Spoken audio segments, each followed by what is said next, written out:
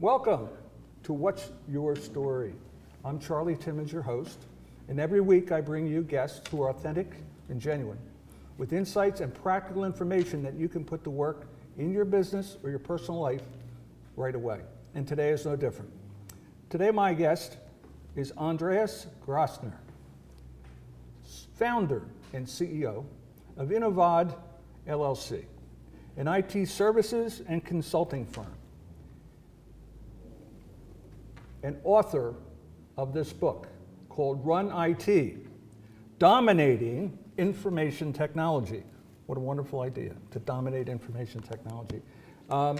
Andreas has worked for more than 27 years within the software industry, 21 of which were with SAP within their Americas headquarters in Newtown Square, Pennsylvania. Welcome to the show. Yeah, thanks, Charlie. I'm honored to have you here, man. Thanks a lot. You've been through a lot. Yeah.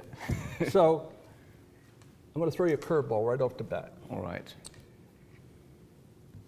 This book addresses two major challenges in business today. What are they? Yeah, basically, on a very high level, it addresses on the one hand side, the vision for IT.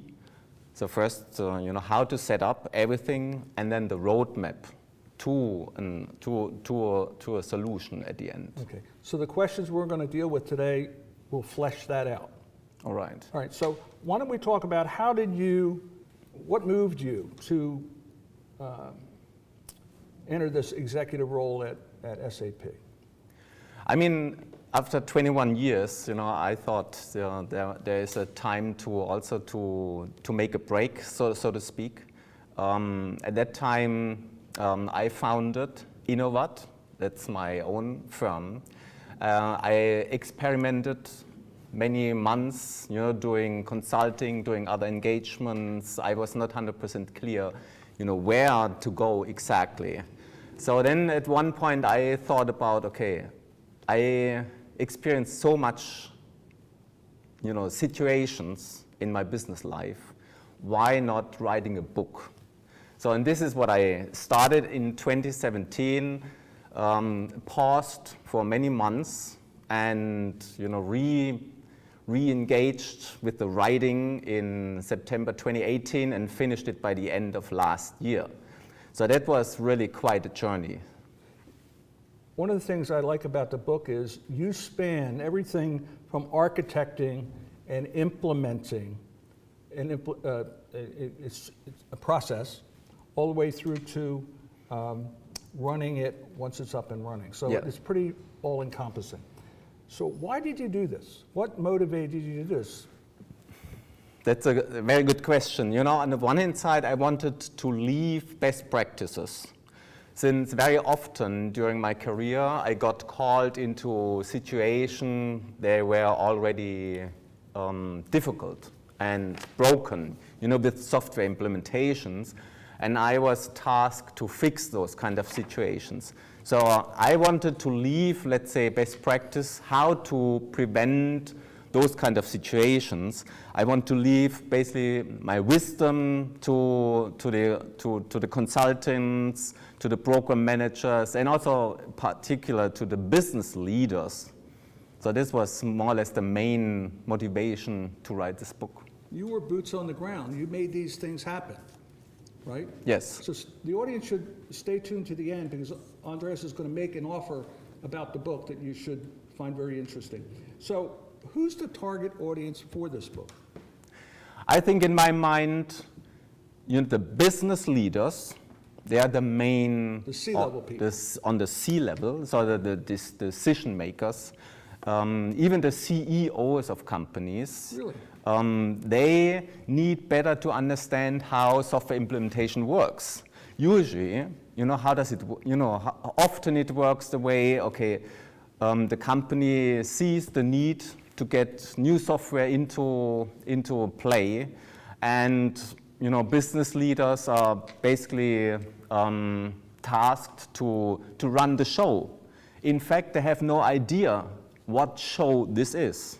You know, so from that point, business leaders, they need to have the vocabulary, you know, all the buzzwords, but they need also to get a clear understanding of the business process and how software in particular works. And this is no difference if it's on-premise, like the old way, where you have your own data center, or it's running in the cloud. You know, so the implementation challenge is still the same, and business leaders, they need to know. Of course, I have also, when I wrote the book, I had also the, you know, my old colleagues and, you know, all the IT managers in mind, the program managers, where I often saw, let's say, deficiencies in terms of how to manage large digital transformation projects. So those are the main areas, this is the main audience where I thought the book would be helpful. What I noticed about it is it's easy to read, and it's almost like a roadmap of best practices that executives need to know as these programs are implemented throughout their organizations. Yeah, that's true. So I tried to really keep it as simple as possible. So I added many graphics and pictures into the book to visualize, you know, what I meant to say. So what makes it different than other books that may be out there on the shelves? I mean, the main difference, in my view, is there are no other books for these subjects, you know. So I did my research, and in my opinion today, I think there is no other book that really describes more or less the 5 pitfalls of software implementation that I identified in the book. You mentioned a term called communicating to both sides. Could you elaborate on that? I mean, the communication to both sides, we need to, you know, go back a little bit. All right. So I mean, both sides. Let's first define what both sides are. You know, on the one hand side, you have the business leaders, what I described as a primary audience for the book. On the other side, you have the IT managers and IT leaders. And when I joined in, when was it, 1996, SAP, you know, the first things what my boss tried to explain to me and to my team is, okay, there was always the business people and the IT people. And they don't understand each other. In fact, they sometimes even couldn't communicate with each other. So therefore, so I called it in my book, I guess I put a good chapter in, and on my first slide, I would say it shows more or less a great divide. So on the one hand side, the business leaders, and on the other side, what I call the IT kingdom. You know, what this, and of course everybody knows, it's the Chinese wall here, but you know, you see it, the IT kingdom, the leaders, the kings, how I describe it in the book, they try to protect, you know, their, whatever, you know, their area. So they want to protect their kingdom, so to speak, against enemies. So in this picture, it shows nicely, you know, the outside, the business leaders are often considered and perceived as enemies because they come with demands. They want to have new functionality. They want to have really, you know, innovation immediately. And of course, the IT kings, they cannot do this because they're not prepared. You know, software is not something you can change very fast and make it available to everybody in a matter of minutes or in a matter of days or even sometimes in a matter of months. Sometimes it takes years, and so they are very protective. There was one saying I remember, never change a running system. So this is more or less the paradigm many IT organizations still work today. You know, so this means you have a request, you know, from the business side. I'm on the business side. You are on the business side. You want to have a change and say, no, this doesn't work this way. first you have to describe it, you have to follow the process, and then maybe 4 months later, we are in an agreement. But what I wanted to say with this picture of the Great Divide is to visualize, okay, there are two parties, the business leaders and the IT managers, and they did not change over all those years. They're still not communicating. So what's the theme of the book? The main theme? The main theme of the book is the 5 pitfalls of software implementations. So I went through I did my own studies, so to speak, and I identified more than 100 projects, software implementation projects I was personally involved with, and many I was really involved to the detail. So I identified 5 pitfalls of software implementation. And on the second slide, please, on the second slide, we can visualize, we can see, the 5 pitfalls. So I give you a few examples. Basically, I only want to focus on 1 or 2. So the number 1 pitfall that I identified is the underestimation of system performance. So what does this mean, for you? Let's assume you want to bid on an item, on a book, on a thing on eBay. Okay, so this is an auction software. So at the end of the day, of course you wait until the clock, the bid clock is nearly done, and then you hit send. And then suddenly your screen does, the wheel spins, and you see, okay, 20 seconds left, 30 seconds left. So somehow this situation is an effect of a performance problem. Correct. And during software implementations, very often customers implemented their wishes, but then the implementer or the partner or themselves, they could not really test the software so that there is no spinning of the clock. We need to take a quick break. We need to hear from our sponsors. We're going to be right back because I'm going to start the second section of our talk about that second pitfall. We'll be back in a moment. Look forward to hearing from you. Welcome back to What's Your Story? My guest today is Andreas Graesser. He's recently written a book to help IT professionals and business leaders transform their organization with the least amount of difficulty.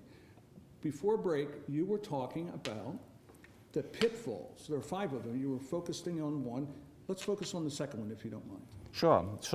The second pitfall I identified is around a soft topic. So it's around weak governance and steering committees. So this really goes a little bit more on the soft side. So this is not something we can measure like a performance problem. So, but what do I mean with this? I mean, very often that I saw on companies is, okay, there was always an oversight committee, watching a large software implementation. So considering, you have 10, 20, 40 million dollars projects running. That's a lot of money. So it's a lot of money, but somehow people, they just got appointed to it, And what I saw in my experience is that many people, many leaders, they had not really the understanding of IT. Can you give us an example of a situation in which you found yourself where these pitfalls were very evident? I mean, I have one situation in mind that was with regards on a large bank in Canada. So where some of those pitfalls that I described in the book, they all came together. So on the one hand side, the program was running already, so the implementation program was running already for 4 years. So they pushed the button at one point, said they want to use the software, and it really happened what I described earlier with this eBay example. The program, the machines, they used all the CPU power but could not produce a result. So that was a heavy performance problem in this context. So this was one area. Yeah, and this, for example, the bank had great vision. So they wanted to transform more or less, the account origination. So if you, Charlie, you want to apply for a loan, so in the old days, more or less, you had to bring in all the paper and then you have to fill out 20,000 forms. So they want to do all electronically. So the idea is great. So the loan officer would have come to your home, not you have to go to the branch office of the bank.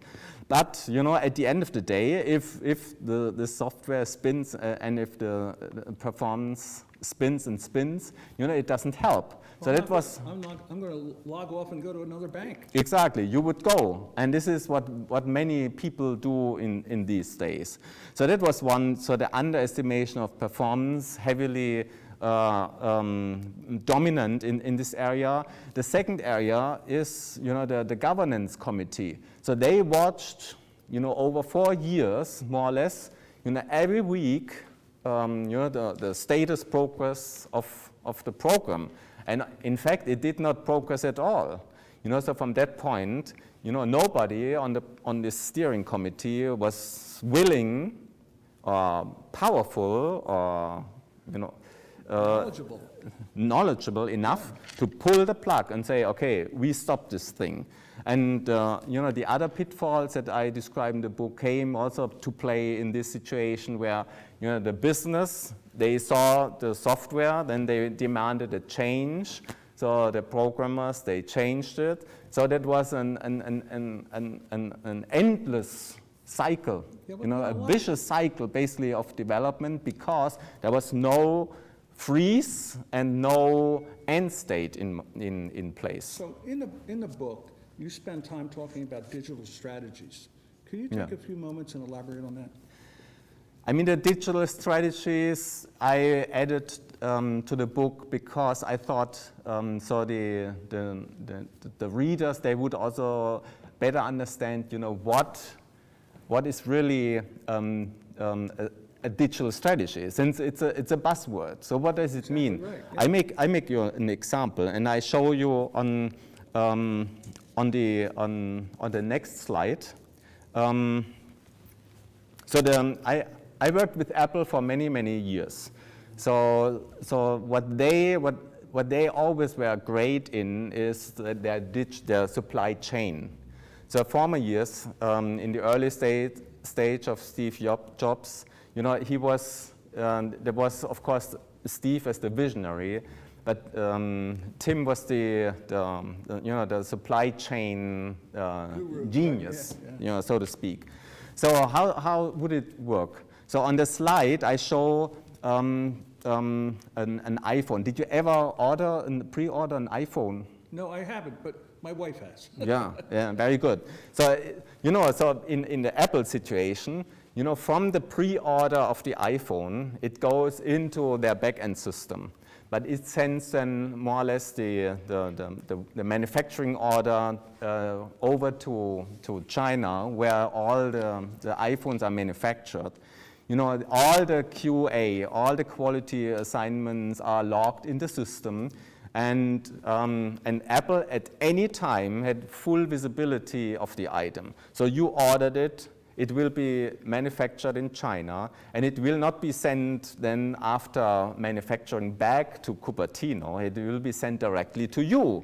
So so all the information, shipping information, your credit card, the payments, the cost, all that information is stored in Apple's back-end system, and this is what I would call a digital supply chain to its full extent. One of the things I'm curious about is, are there companies out there that exemplify the best practices that you talk about in the book?